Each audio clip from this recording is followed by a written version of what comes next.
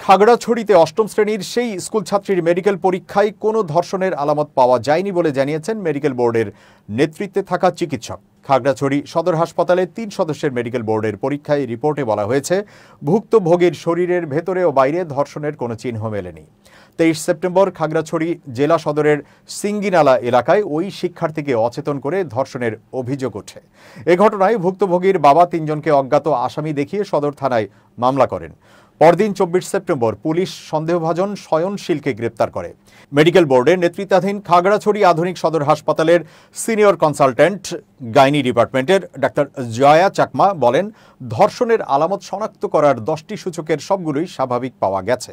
প্রতিবেদনে তার সঙ্গে স্বাক্ষর করেছেন আরও 2 চিকিৎসক, ডাক্তার মীর মোশাররফ হোসেন ও ডাক্তার নাহিদা আক্তার। খাগড়াছড়ির civil surgeon doctor Sabir Ahmed জানান, প্রতিবেদনটি পুলিশ সুপারের কার্যালয়ে পাঠানো হয়েছে। এদিকে সেনা রিজিয়ন কমান্ডাররা অভিযোগ করেছেন, ইউপিডিএফ এই ঘটনাকে কেন্দ্র করে পাহাড় অস্থিতিশীল করার চেষ্টা করছে।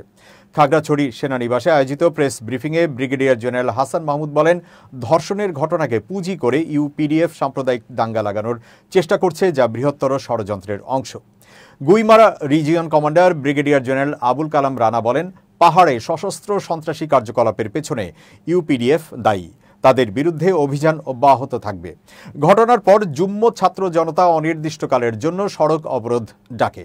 তবে দুর্গাপূজা ও প্রশাসনের আশ্বাসে তা আগামী 5 অক্টোবর পর্যন্ত স্থগিত করা হয়েছে। গত কয়েকদিনের সংঘাতে 3 জন নিহত হয়েছেন। এছাড়া আইন শৃঙ্খলা বাহিনীর সদস্য সহ স্থানীয়রাও আহত হয়েছেন।